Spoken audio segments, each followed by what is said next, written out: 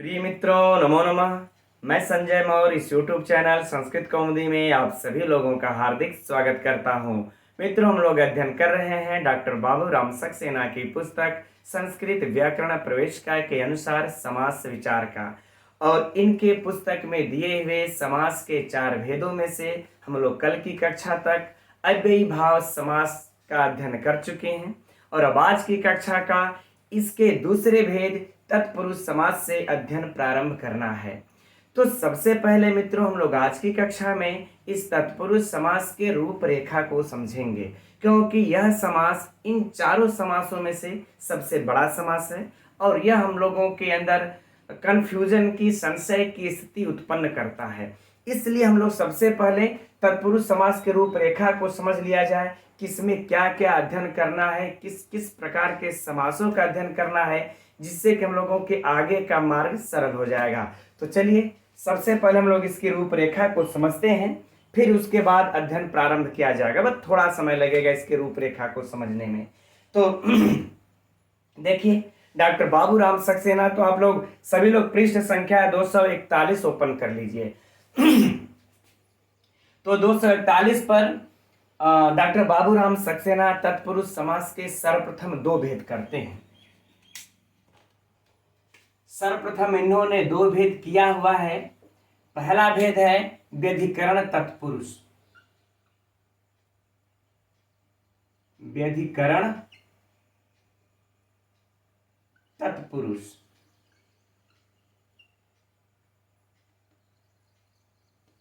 दूसरा भेद है समानाधिकरण तत्पुरुष।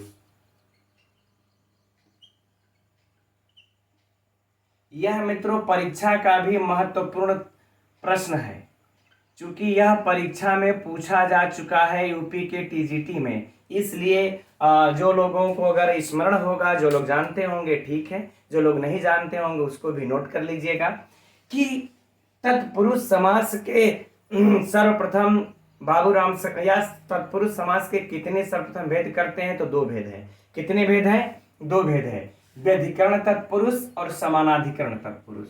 अब यह क्या होता है मित्रों, थोड़ा सा इस पर चर्चा कर लेते हैं। यद्यपि तत्पुरुष समास किसको कहते हैं, समानाधिकरण तत्पुरुष किसको कहते हैं, आप सभी लोग जानते हैं, लेकिन थोड़ा सा एक बार अगर अध्ययन कर लिया जाएगा तो आप लोगों का भी साथ में ही रिवीजन हो जाएगा। तो चलिए प्रारंभ करते हैं कि व्यधिकरण तत्पुरुष और समानाधिकरण तत्पुरुष किसको कहते हैं। अब यहां पर थोड़ा सा मेरे साथ इसको समझ करके देखिए। तो मित्रों, हम लोगों का देखिए समास में 2 पद होते हैं। एक तो होता है पूर्व पद और एक क्या हो जाता है, उत्तर पद। एक पूर्व पद और एक उत्तर पद। तो पूर्व पद में जो विभक्तियां हैं वो परिवर्तित होती रहती हैं, जैसे कि पहले प्रथमा विभक्ति, फिर द्वितीया, तृतीया, चतुर्थी, पंचमी, षष्ठी और फिर सप्तमी, है ना। इस पूर्व पद में एकदम मित्र समानाधिकरण व्यधिकरण तत्पुरुष समझने का यह सबसे सरल मार्ग है ना। अब दूसरे तरफ उत्तर पद में क्या है, हमेशा प्रथमा, सबके साथ प्रथमा,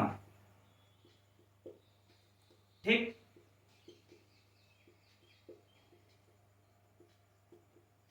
प्रथमा, है ना, सब में प्रथमा को लिख लेते हैं।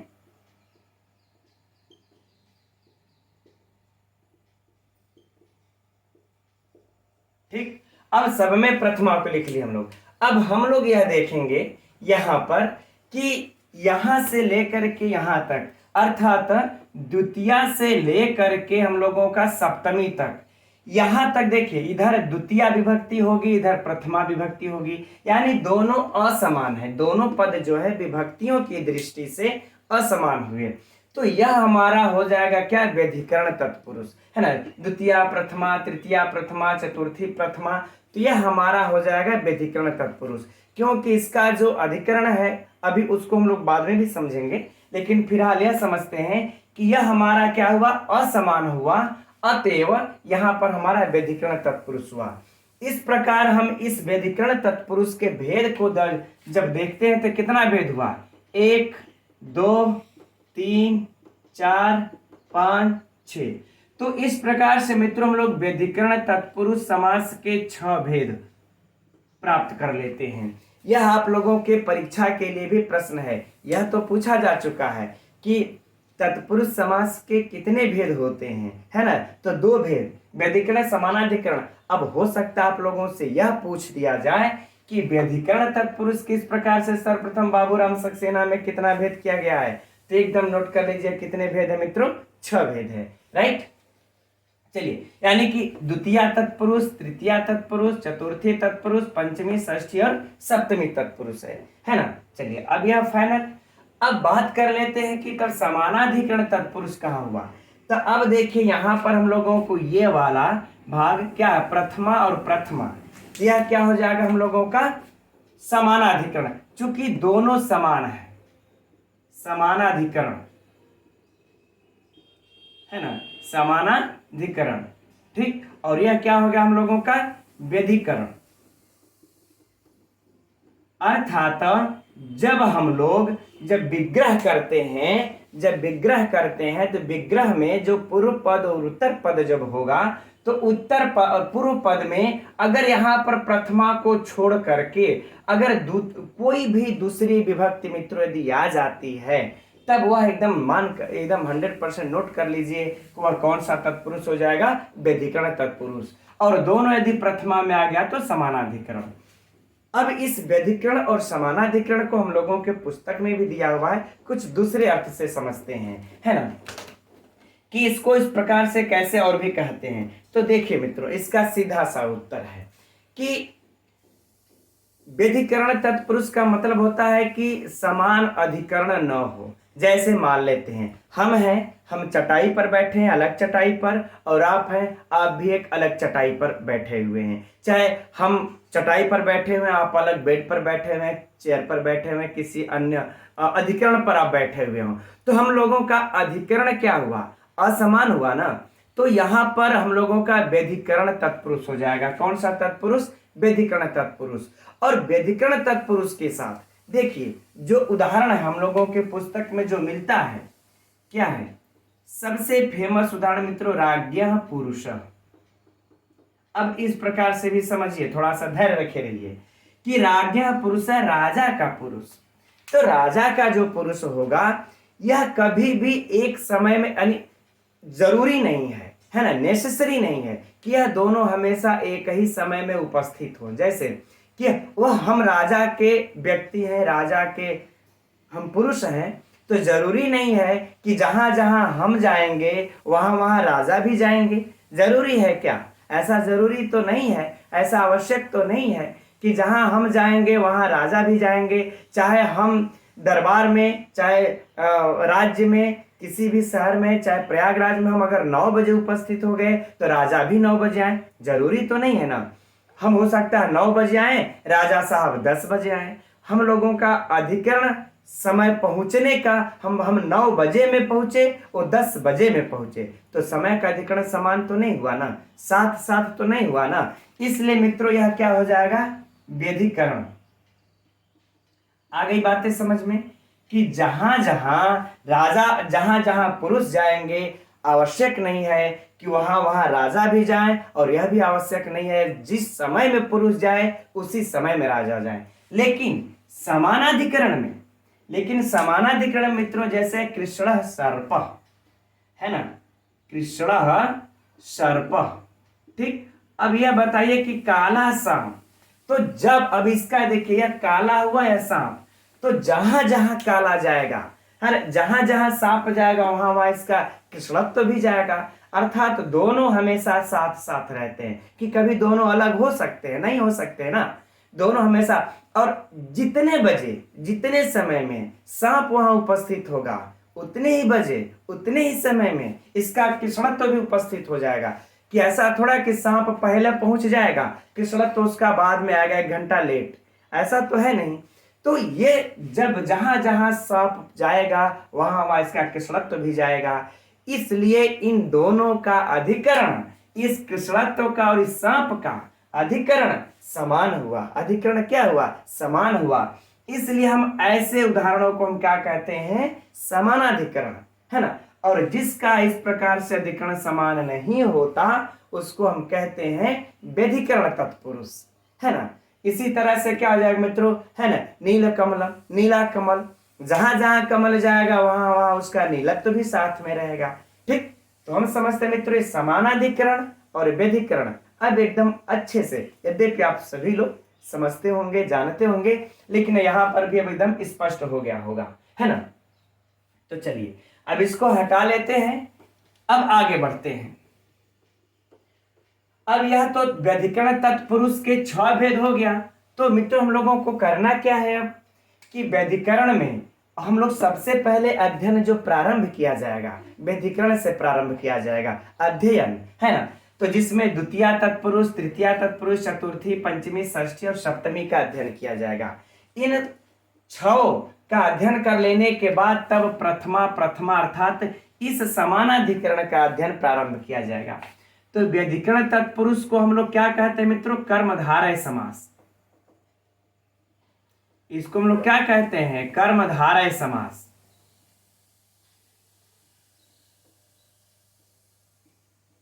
कर्मधारय समास हो गया, है ना। लेकिन इसमें भी क्या कुछ भेद होते हैं कि नहीं? ठीक, तो अब आइए देखते हैं इस समानाधिकरण में भी कुछ भेद पाए जाते हैं या नहीं।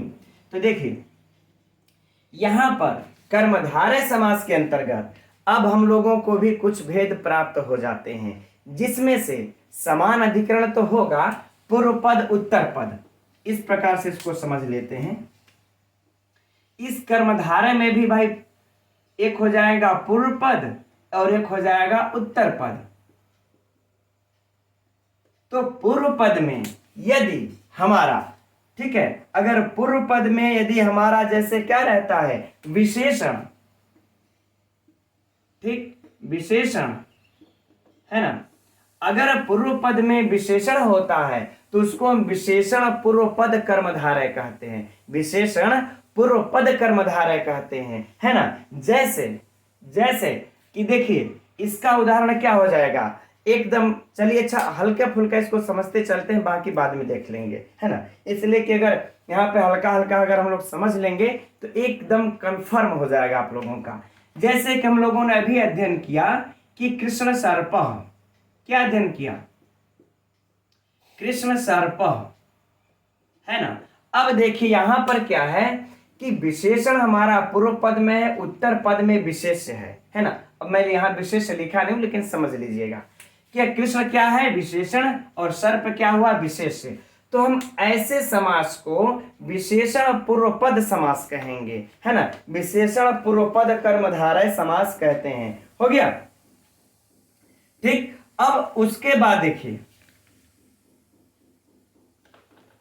अब इसके बाद हम लोगों का क्या आ जाएगा कि उपमान पूर्व पद कर्मधारय।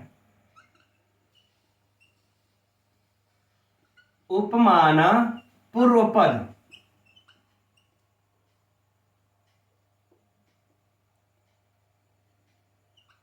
उपमान पूर्व पद कर्मधारय, ठीक है। कि जिसमें उपमान शब्द अगर पूर्व में हो, जिसमें उपमान शब्द पूर्व में होगा उसको हम उपमान पूर्व पद कर्मधारय कहेंगे। जैसे हम लोगों का क्या हो जाएगा मित्रों इसमें कि घनश्याम, क्या हो जाएगा? घनश्याम,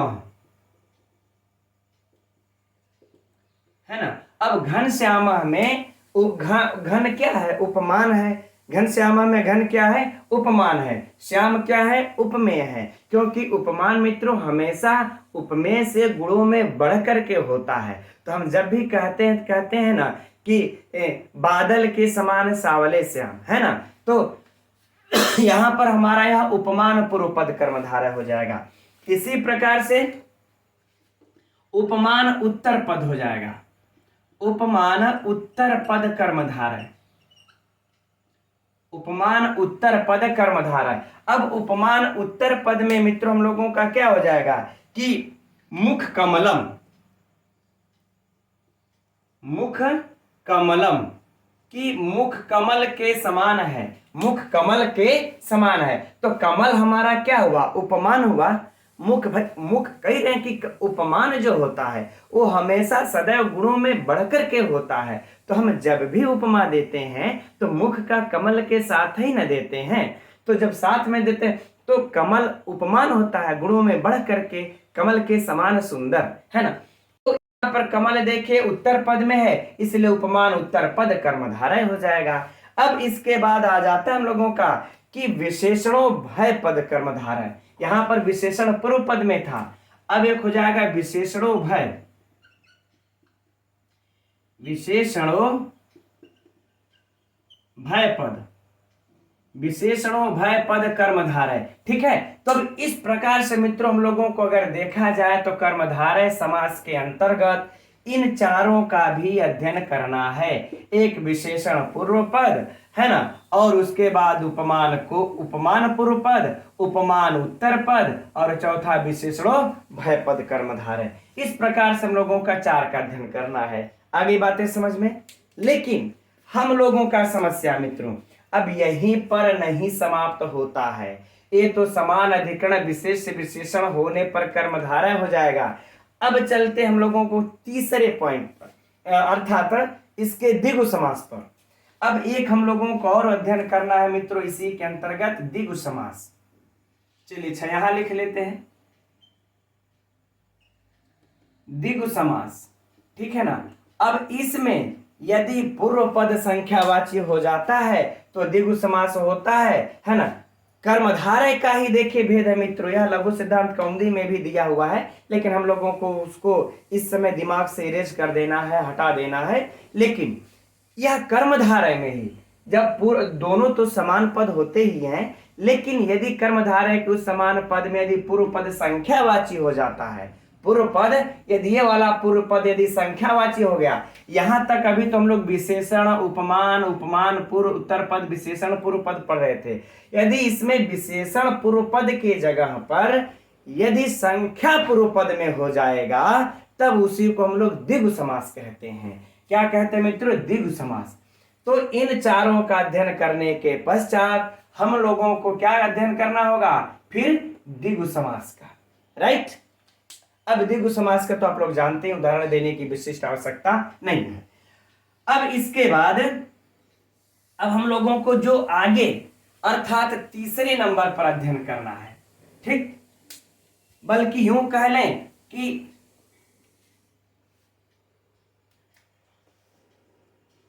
हम लोगों की समस्या मित्रों सिर्फ इन्हीं तीन पर नहीं अध्ययन करके रुकना है। अब इसके बाद एक अन्य तत्पुरुष भी हुआ करते हैं, अन्य तत्पुरुष भी हुआ करते हैं, ठीक। इसको मित्रों इसका भेद मत समझिएगा, ये सिर्फ हम अध्ययन करने के लिए क्रम बता रहे हैं, है ना, कि पहले वैधिकरण के 6 भेद का अध्ययन किया जाएगा, फिर समान अधिकरण के अंतर्गत कर्मधारय के इन चारों का अध्ययन किया जाएगा, फिर इसके बाद द्विगु समास का अध्ययन किया जाएगा, तब अन्य तत्पुरुष भी प्राप्त हो जाते हैं। इस अन्य तत्पुरुष का भी अध्ययन किया जाएगा मित्रों। और इस अन्य तत्पुरुष में कौन कौन से तत्पुरुष होते हैं, जैसे कि नए तत्पुरुष, नए तत्पुरुष है ना, नए तत्पुरुष है, और फिर प्रादि तत्पुरुष है, प्रादि तत्पुरुष, गति तत्पुरुष है ना, अलुक तत्पुरुष, अलुक तत्पुरुष, और मध्यम पद लोपी तत्पुरुष,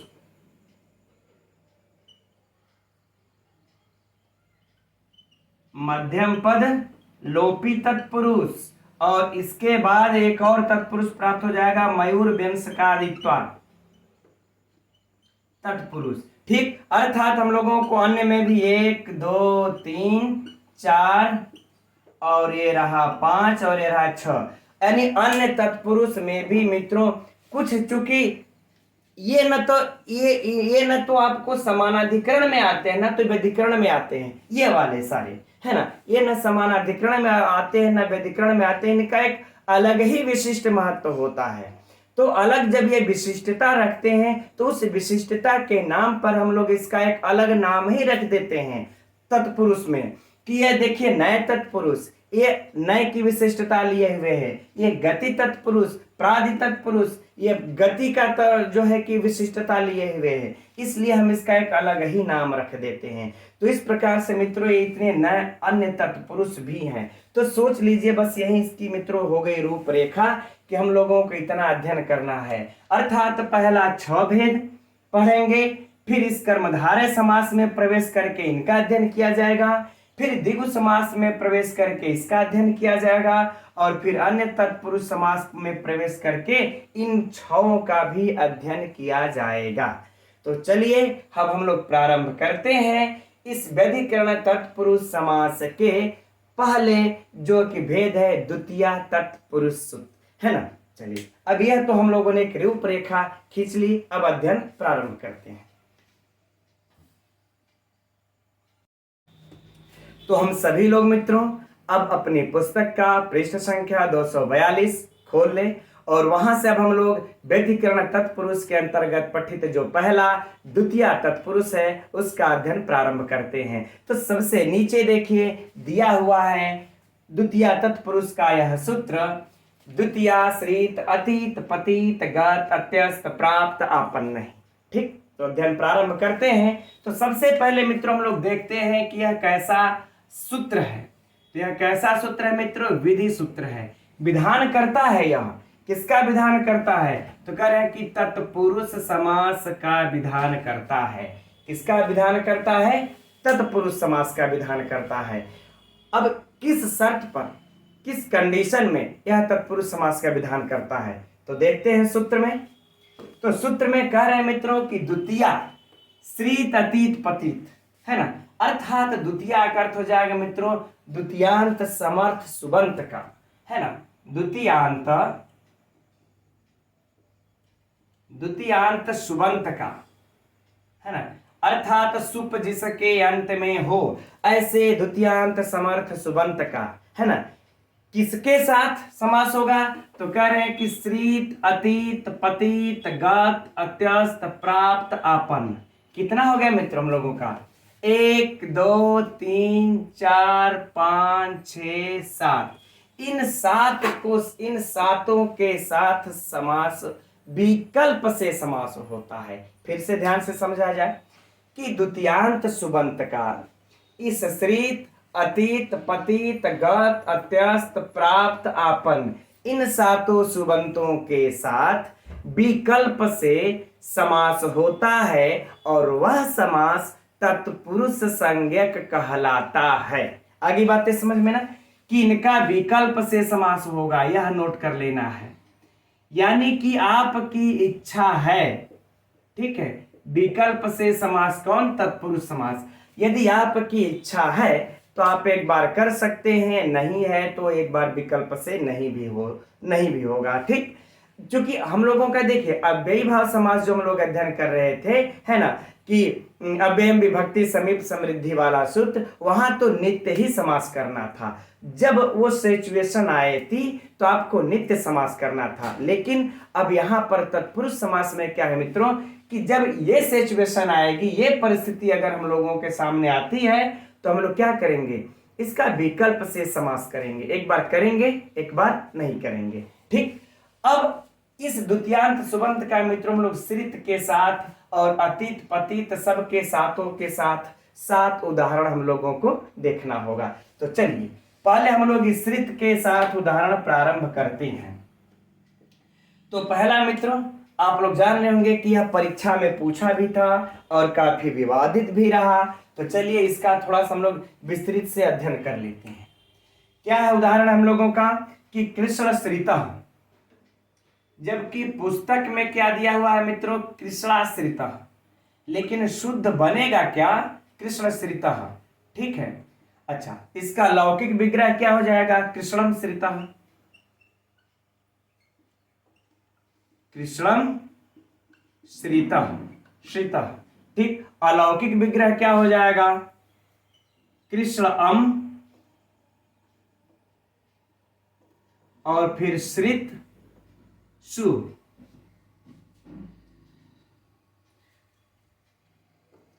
कृष्णम श्रित सु। अब यहाँ चाहेंगे तो हम लोग धन लगा भी सकते हैं, नहीं भी लगा सकते हैं, कोई समस्या नहीं है। श्रित सु, है ना। आगे बातें समझ में। कुछ लोग हमारे भाई बहन कमेंट्स करते हैं सर अलौकिक विग्रह तो नहीं पूछता है, रहने ये दीजिए। तो देखिए सही बात है कि पूछता तो नहीं है, लेकिन क्या पता किसी भैया कर्णाचार्य के हाथ में पेपर चला गया तो पूछ ही दे। तो लेकिन मुख्य का ही पूछेगा, तो हम लोग सभी का जो है कि अलौकिक विग्रह नहीं, लेकिन कुछ मुख्य का तो देख ही ले, ठीक है, तो बेहतर होगा। क्योंकि जो देखिए जो चर्चित हैं, जो पॉपुलर हैं, उनका थोड़ा सा अच्छे से अध्ययन कर लें, और बाकी जो उतने महत्वपूर्ण नहीं है उनको अगर भगा करके भी अध्ययन कर लेंगे तो कोई समस्या नहीं होगी, ठीक है। तो कृष्ण श्रित सु, यह हो गया मित्रों हम लोगों का उदाहरण, इस श्रित का पहले वाले का उदाहरण। और यह उदाहरण रहा, यह लौकिक विग्रह है ना, और यह कौन सा विग्रह, अलौकिक विग्रह, राइट। चलिए अब यहां पर मित्रों हम लोगों की पुस्तक में जो दिया हुआ है यह ना कृष्णाश्रितः के बजाय हम लोगों की पुस्तक में क्या दिया हुआ है, कृष्णाश्रितः। तो इसको मित्रों यह परीक्षा में पूछा हुआ था और काफी विवादित भी रहा। कुछ लोगों ने कहा जब पुस्तक में कृष्णाश्रितः लगा है, कुछ लोगों ने कहा जब पुस्तक में कृष्णाश्रितः दिया हुआ है या सिलेबस का है तो कैसे। लेकिन मित्रों जो व्याकरणिक जो नियम है वह तो कृष्णाश्रितः नहीं न बनाता, वो तो कृष्णाश्रितः ही बनाता है। और यदि अगर इसमें मिस टाइपिंग हो गई तो हम उसको सत्य नहीं न मानेंगे।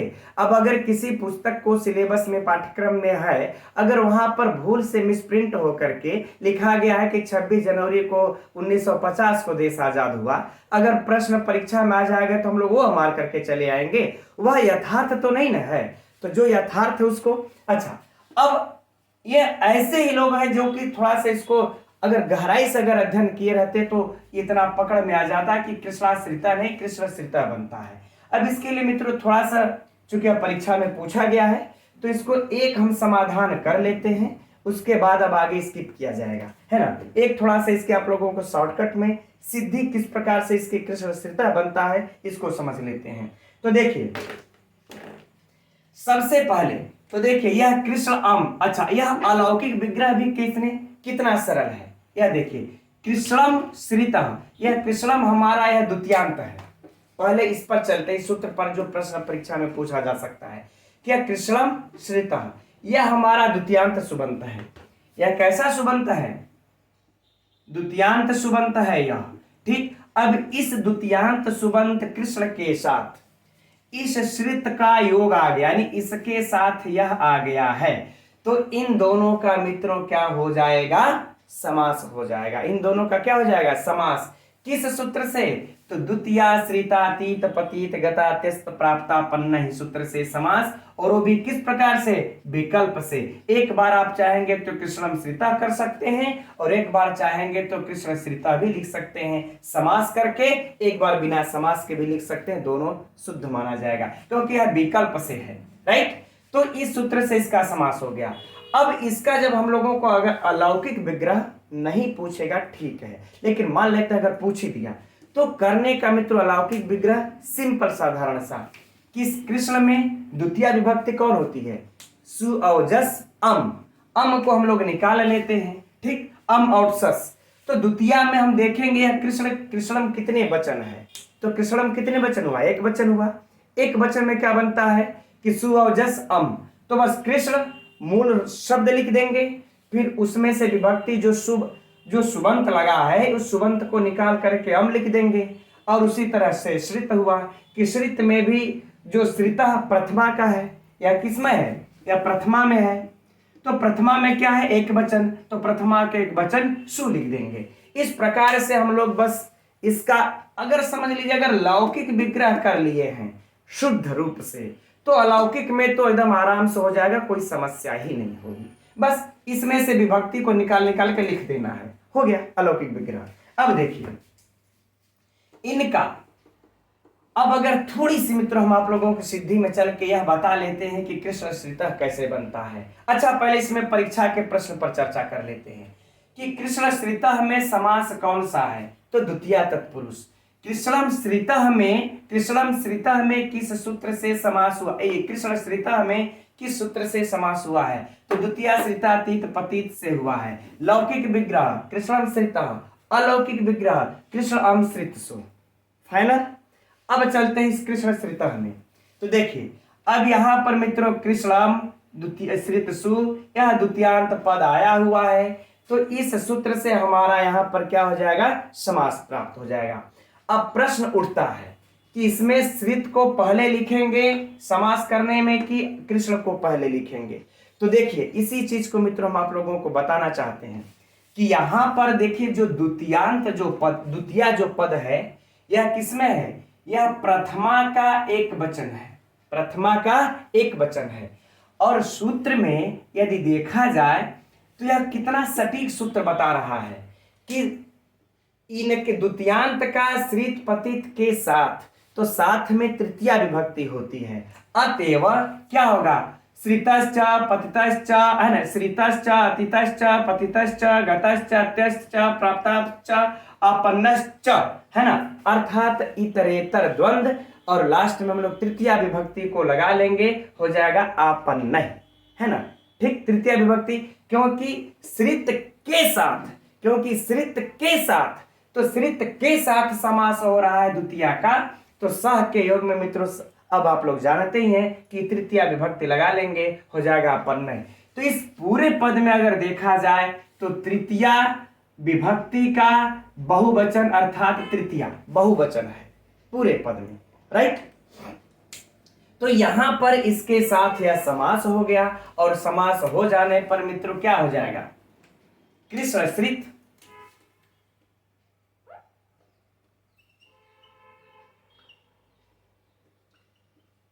ऐसे बना लेते हैं पहले, चूंकि अलग अलग लिखेंगे तभी समझ में आएगा। कृष्ण धन श्रित। अब समझिए ध्यान से, ठीक। कृष्ण का हमने पूर्व में प्रयोग क्यों किया, क्योंकि यह द्वितीयांत जो है प्रथमा से निर्दिष्ट है, द्वितीया यह प्रथमा से निर्दिष्ट है, और कहता है हमारा सूत्र है ना कि प्रथमा निर्दिष्टम समास उपसर्जनम, कि सूत्र में जो प्रथमा से निर्दिष्ट होता है समास में उसकी प्रथमा उसकी उपसर्जन संज्ञा होती है। तो यह प्रथमा से निर्दिष्ट है और यह हमारा समास है, तो समास में द्वितीया कौन है, तब इसमें द्वितीया कौन है, द्वितीया हमारा यह है।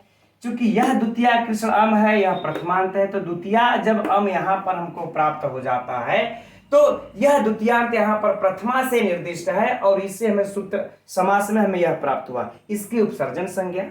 ठीक, उपसर्जनम पूर्वम से पूर्व में प्रयोग, और फिर बन गया हमारा कृष्ण श्रित। अब इसके बाद मित्रों कृत तद्धित समासाश्च से इसकी प्रातिपदिक संज्ञा, और सुपो धातु प्रातिपदिक से इसका लोप।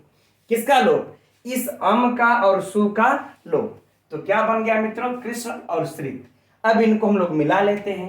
अब यहीं पर समझना है कि जरा समझिए, जब यहां पर कृष्ण है श्रित है, कृष्ण ही है ना मूल शब्द, अम का लोप हो गया है, कृष्ण बचा है, तो इस कृष्ण में आ कहां से लग जाएगा, जब इसको हम लोग मिलाएंगे तो कृष्ण श्रित न बनेगा, यह आ कहां से आ जाएगा बीच में, आ आने का कोई भी माध्यम है क्या, यहाँ पे कोई भी तरीका या माध्यम है जिससे हम लोग कृष्णा यहां पर कर सके, नहीं। तो फिर कृष्णा श्रिता बनेगा कहां से, कृष्ण श्रिता ही बनेगा। चलिए ये कृष्ण श्रिता अब बन गया। अब कहते हैं मित्रों कि यहां पर इसकी जो है एक देश विकृत मनन्यवत सूत्र से इसकी प्रातिपदिक संज्ञा अक्षुण्य बनी रहती है। किसी एक देश के खंड में हो जाने के, अगर हीरा में अगर एक भाग खंडित हो गया तो ऐसा थोड़ा है कोई मिट्टी बन जाएगा, वह तो हीरा ही रहेगा, इसलिए इसकी प्रातिपदिक संज्ञा बनी रहती है। अतएव हम लोग सु आदि की उत्पत्ति कर लेते हैं। अब सु के बाद इसमें यह सु, अब इसको क्या कर लेते हैं मित्रों हम लोग कि सुप्तिंगंतम पदम से इसकी पद संज्ञा हो जाने के बाद सस जुसो रू आ जाएगा। कौन सा आ जाएगा, सस जुसो रू सूत्र से इसके सकार को क्या हो जाएगा, रुत, और इसके रुत्व को फिर किससे हो जाएगा विसर्ज, खरवसानयों से विसर्ज, खरवसानयों से विसर्ग हो करके यहां पर क्या हो जाएगा, विसर्ग हो जाएगा। ठीक, अब यह कृष्ण श्रित को हम लोग क्या कर लेंगे, मिला लेंगे।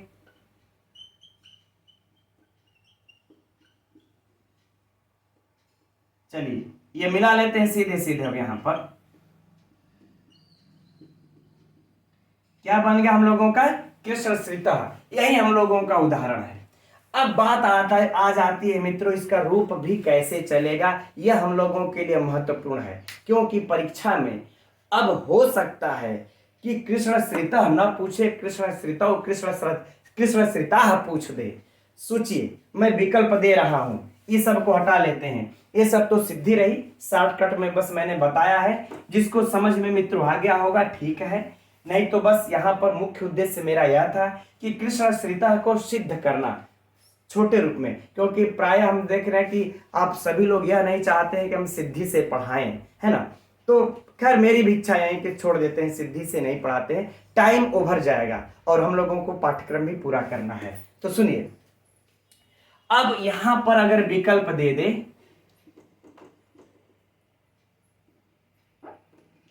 कृष्ण श्रितः, आगामी परीक्षा का प्रश्न सुनिए, कृष्ण श्रितः, कृष्ण श्रितौ, कृष्ण श्रिताः, कृष्ण श्रिताः, चौथा विकल्प सर्वे, है ना। अब बताइए इसमें से कौन होगा? कृष्ण श्रिता होगा कि कृष्ण श्रितौ होगा कि कृष्ण श्रिता होगा कि सर्वे होगा, है ना। हम लोग रट्टा मारे हैं, क्या रट्टा मारे? बस उतना ही रट्टा मारे हैं कि कृष्ण श्रिता बनता है, जैसे कि हम लोगों ने मिसप्रिंट को जो जिन लोगों ने रट्टा मार लिया था कि कृष्णा श्रिता बनता है, कृष्णा श्रिता मार करके चले आए, है ना। एक्स्ट्रा तो हमने नहीं पढ़ा। तो इसी तरह से मित्रों, अगर हमने बस यही रट्टा मारा है कि कृष्ण श्रिता ही बनता है, कृष्ण श्रिता तो कहीं से होगा ही नहीं, विकल्प क्या होगा? ए, ये सही होगा। नहीं, विकल्प क्या होगा? सर्वे, क्योंकि मित्रों इसका रूप चल पड़ेगा। परवद लिंगम द्वंद्व तत्पुरुषयोः सूत्र आप लोगों को याद होगा कि तत्पुरुष समास में, है ना, और द्वंद्व समास में, तत्पुरुष समास में और द्वंद्व समास में जो परवद, जो बाद का लिंग होता है ना, जो बाद वाला अर्थात है श्रित, श्रित दिख रहा है ना, तो कह रहे हैं जो बाद का लिंग होता है जैसे है श्रित, तो यह जिस लिंग में रहेगा उसी के अनुसार इसका रूप चलेगा, उसी के अनुसार इसका रूप चलेगा। तो श्रित हमारा मित्रों क्या है? पुल्लिंग है। श्रित हमारा क्या है? पुल्लिंग है। तो जब पुल्लिंग हुआ, अकारांत है, तो जैसे हम राम का रूप चला देते हैं, बालक का रूप चला देते हैं, वैसे इसका रूप चल पड़ेगा और अपनी आवश्यकता के अनुसार हम एक कृष्ण पर आश्रित, एक कृष्ण का आश्रित, तो कृष्ण श्रिता, है ना। अब कृष्ण दो कृष्णों पर आश्रित हो जाएगा तो कृष्ण श्रिता अर्थात राम रामौ रामाः, तो कृष्ण श्रितः कृष्ण श्रितौ कृष्ण श्रिताः। ठीक इस प्रकार से हमारा मित्रों यह भी सही है, यह भी सही है, यह भी सही है, अतः विकल्प क्या हो जाएगा? सर्वे। तो हो सकता है अब आप लोगों से एकदम सरल सा प्रश्न है, इस प्रकार से अगर पूछेगा तो आप लोगों को कंफ्यूज नहीं होना है, यहीं पर संशय को दूर कर लेना है। चाहे और भी कोई मित्रों प्रश्न हो, है ना, तो आप लोग बिल्कुल कमेंट्स में कीजिए उसका उत्तर। वैसे हमारे साथ इतने हमारे विद्वज्जन भाई बहन जुड़े रहते हैं कि वो स्वयं ही उत्तर दे देते हैं। मैं थोड़ा सा देखने में अगर लेट बलेट करता हूं तो, है ना, वो स्वयं ही उत्तर ये दे देते हैं, या तो वो नहीं दे पाते हैं तो मान लेते इधर से तो उत्तर जाता ही है। ठीक, तो देख अब यह बातें हो गई। अब अगर मान लेते हैं अगर यह श्रित अगर नपुंसक लिंग हुआ, पुलिंग हुआ, तो नपुंसक लिंग में कैसे रूप चलाते हैं? जलम जले जलानी, है ना, उस प्रकार से रूप हम लोग चला लेंगे। आगे बातें समझ में? चलिए अब हम समझते हैं मित्रों ये वाला उदाहरण फाइनल हो गया है, लेकिन अब आगे बढ़ते हैं। अब इसके बाद देखिए दुखम अतीतः अग्निपतितः, है ना, ये सारा दिया हुआ है, लेकिन इसके अंत में जो दिया हुआ है एक नीचे सूत्र प्राप्त पन्ने च द्वितीया, खतरनाक सूत्र, परीक्षा के लिए पूछा तो अच्छे अच्छे लोग धाराशायी होंगे। ठीक, तो पहले चलिए इन सरल उदाहरणों को देख लेते हैं, फिर उसको देखते हैं। तो अब इस अतीत वाले में इधर थोड़ा सा झटके में निकालते हैं हम लोग, है ना। क्या है? दुखातीत,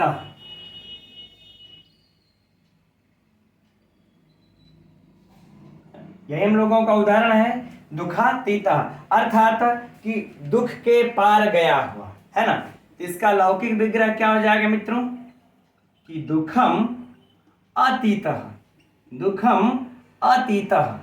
ठीक, अब अगर इसका आप लोग अलौकिक विग्रह भी करना चाहेंगे, बस सेम वही फंडा अपना लेंगे मित्रों। क्या, इसमें से विभक्ति को निकाल देते हैं, मूल पद को लिख देते हैं, मूल शब्द को दुख अम और फिर धन अतीत सु, अतीत सु। अब बताइए, अलौकिक विग्रह में भी कोई समस्या नहीं।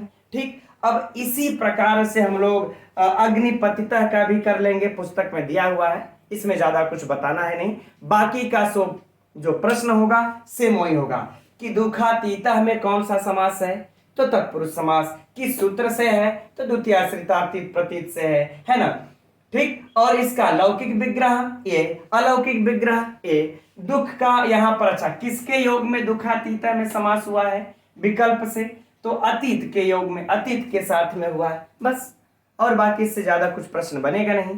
अब पुस्तक में हम लोगों के ये देखिए, अग्निपतितः, ये प्रलयम गतः, और फिर मेघम अत्यस्तः, मेघात्यस्तः सब दिया हुआ। अब जीवन प्राप्त, जीवन प्राप्त, और इस कष्टम आपन्न को देख लेते हैं। ये कब कंफ्यूज करेगा, क्योंकि कंफ्यूज करने वाला एक नीचे सूत्र दिया हुआ है, तो इसी जगह हम पहले उसको देखते हैं, फिर आगे बढ़ा जाएगा। ठीक, पहले इस वाले उदाहरण को हम लोग देख लेते हैं।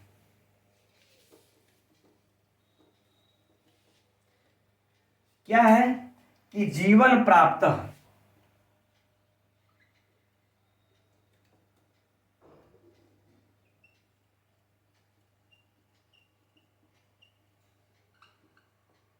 जीवन प्राप्त है ना, इसका क्या हो जाएगा, जीवनम प्राप्त,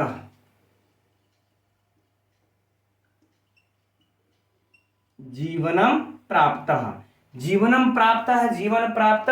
और बाकी अलौकिक विग्रह मित्रों वही हो जाएगा, जीवन, जीवन अम प्राप्त सु। तो हम समझ रहे हैं अलौकिक विग्रह लिखने के यहां पर अब कोई विशिष्ट आवश्यकता नहीं है।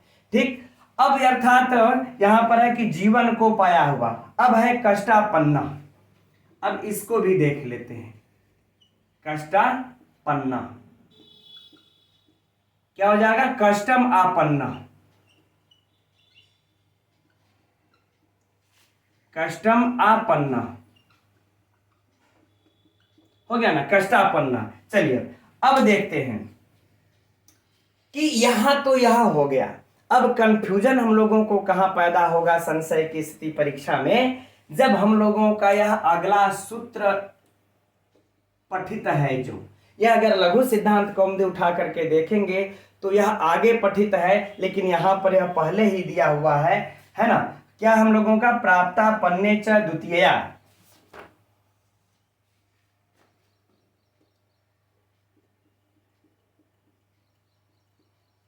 प्राप्तापन्ने च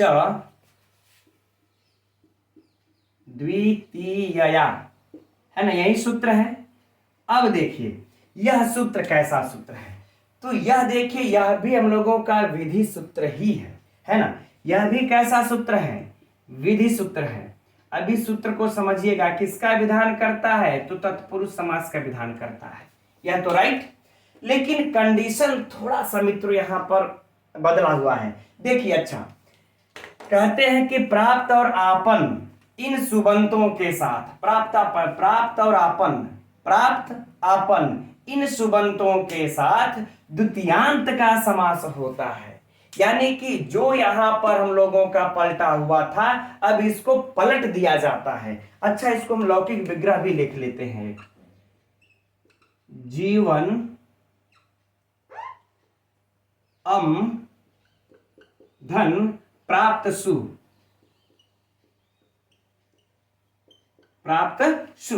अब देखिए, लेकिन इसका कंडीशन क्या कहता है, ध्यान से समझिएगा फिर से। हालांकि हम लोगों की पुस्तक में देखिए मित्रों कुछ और लिखा है, लेकिन उतने से ही काम नहीं चलेगा, परीक्षा में प्रश्न पूछेगा तो संशय हो सकता है। यह कहता है कि प्राप्त और आपन्न शब्दों का इस द्वितीयांत के साथ समास होता है। अर्थात देखिए, अब हम लोग उदाहरण पर चलते हैं। उदाहरण क्या है, प्राप्त जीवन,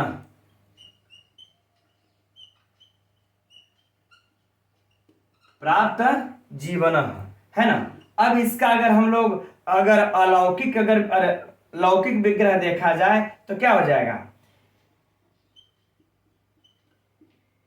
प्राप्तः कर ले चाहे प्राप्तो, बात वही होगी, हालांकि पुस्तक में दिया नहीं है ना।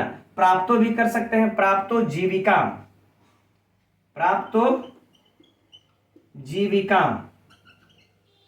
अब चलिए हम लोग इसका अलौकिक विग्रह भी कर लेते हैं। अलौकिक विग्रह इसका भी थोड़ी सी आवश्यक हो जाएगी। अब अलौकिक विग्रह में क्या हो जाएगा मित्रों, इसका प्राप्त सु, चूंकि प्रथमा विभक्ति है यह, तो कर लेंगे प्राप्त सु, और धन जीविका, यहां क्या कर लेंगे, धन जीविका, जीविका आम, है ना। प्राप्त सु और जीविका, अम नहीं रहेगा, आम रहेगा, सु और जस, अम और सस, हाँ तो अम ही रहेगा, ठीक है। तो कह रहे जीविका अम, आगे बातें समझ में। अब देखिए कंडीशन कैसे चेंज हुआ कि यहां पर जो समास हो रहा था, यह द्वितीयांत पद जो था, यह द्वितीयांत पद पहले था, इस द्वितीयांत का, है ना, इस द्वितीयांत सुबंत का इसके साथ समास हो रहा था। लेकिन इस सूत्र के अनुसार क्या हो रहा है कि इस प्राप्त सुसुबंत का इस द्वितीयांत के साथ समास हो रहा है, यानी कि इसको पलट दिया गया है, यानी कि इसको पलट दिया गया है। और विभक्तियों का अगर देखा जाए तो सेम विभक्ति, प्राप्त सुप्रथमा, जीविकाम द्वितीया, जीविका और जीवनम द्वितीया, ठीक है, कोई यहां पर समस्या नहीं है। लेकिन यहां पर सिर्फ और सिर्फ अंतर है तो अदला बदली का, हालांकि यहां पर जीवन है, यहां पर जीविका, कोई समस्या नहीं है, ठीक। अब देखिए क्या करते हैं, जो परीक्षा का प्रश्न है कि प्राप्त जीवना में, अब बाकी हम आप लोगों को सिद्धि में लेकर के नहीं जाएंगे, यहां पर कोई उसकी आवश्यकता भी नहीं है। अब जो परीक्षा का प्रश्न होगा क्या कि प्राप्त जीविना में कौन सा किस सूत्र से समास हुआ है, प्राप्त जीविना में किस सूत्र से समास हुआ है।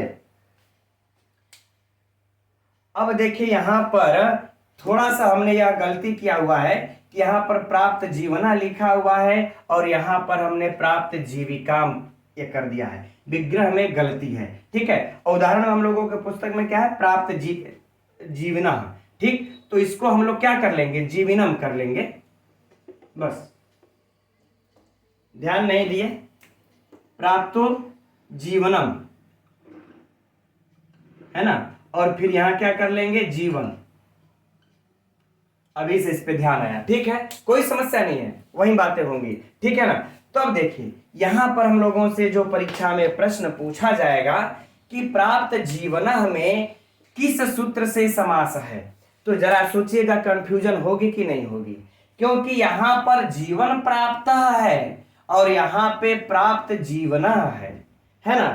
तो जीवन प्राप्त में तो इस सूत्र से समास हुआ है मित्रों, लेकिन प्राप्त जीवना में प्राप्तापन्ने च द्वितीया सूत्र से समास हुआ है। यही चीजें हम आप लोगों के कंफ्यूजन को दूर करना चाहते थे, है ना, कि अगर प्राप्त जीवना में अगर पूछ दिया जाए किस सूत्र से समास हुआ है तो तड़ दे लोग लगा देंगे द्वितीया श्रितातीत पतित गतात्यस्त प्राप्तापन्ने, जबकि सूत्र हम लोगों के पुस्तक में ऐसा कुछ स्पष्ट किया हुआ ही नहीं है ना। लेकिन ये यहां पर हम लोगों को समझ लेना, फिर से समझिए कि अगर प्राप्त जीवना में पूछा जाए कि कौन सा समास है तो तत्पुरुष किस सूत्र से है, तो प्राप्तापन्ने च द्वितीया सूत्र से है। यह विधि सूत्र आया है, यही विधान किया है, और इसी कारण से मित्रों, अब छोड़िए उधर नहीं जाएंगे, हटा देते हैं, है ना। अब यहां पर जीवन प्राप्त में किसमें है, इससे है, अब कोई समस्या तो नहीं होगी ना।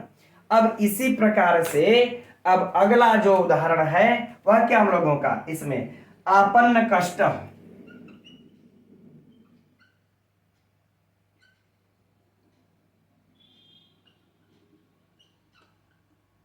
आपन्न कष्ट। अब इस आपन्न कष्ट में भी मित्रों वही स्थिति हो जाएगी हम लोगों की। आपन्न कष्ट में अगर पूछा जाए कि किस सूत्र से समास है तो प्राप्तापन्ने च द्वितीया। अगर यह पूछा जाए कष्टापन्ना में अगर बदल दिया जाए किस सूत्र से समास है तो द्वितीया तत्पुरुष से, ठीक। तो ये दोनों नीचे का लिखा हुआ कंफ्यूज कर सकता है मित्रों। अगर इस तरह से अध्ययन कर लेंगे एकदम कंफ्यूजन दूर हो जाएगा। राइट, तो अब आगे मित्रों, अब द्वितीय तत्पुरुष में अभी अच्छा आगे भी एक सूत्र है, गम्यादि नाम उपसंख्यानम। इसके बाद हम लोगों का तृतीया शुरू होता है। तो कोई बात नहीं मित्रों, चूंकि आज समय अभाव है, इतना ही तक रहने देते हैं। और शाम की कक्षा हो सकता है तो न चल पाए, क्योंकि समय अभाव है और बिजली भी नहीं थी। इन्वर्टर जवाब ये दे दिया था, तो कल कोई वर्क नहीं हो पाया है। इसलिए हो सकता है कि शाम की कक्षा न चल पाए, लेकिन मैं आऊंगा, लाइव प्रश्नोत्तरी लेकर के आऊंगा, लेकिन आऊंगा। हो सकता है कक्षा न चल पाए, प्रश्नोत्तरी होंगी हम लोगों की। ठीक, तो अब आज के लिए मित्रों इतना ही रहने देते हैं। आप लोगों को यह तत्पुरुष समास कैसा लगा, कितना समझ में आया, कमेंट्स करके अवश्य बताइएगा। अब शाम को मिलते हैं मित्रों, तब तक के लिए नमो नमः।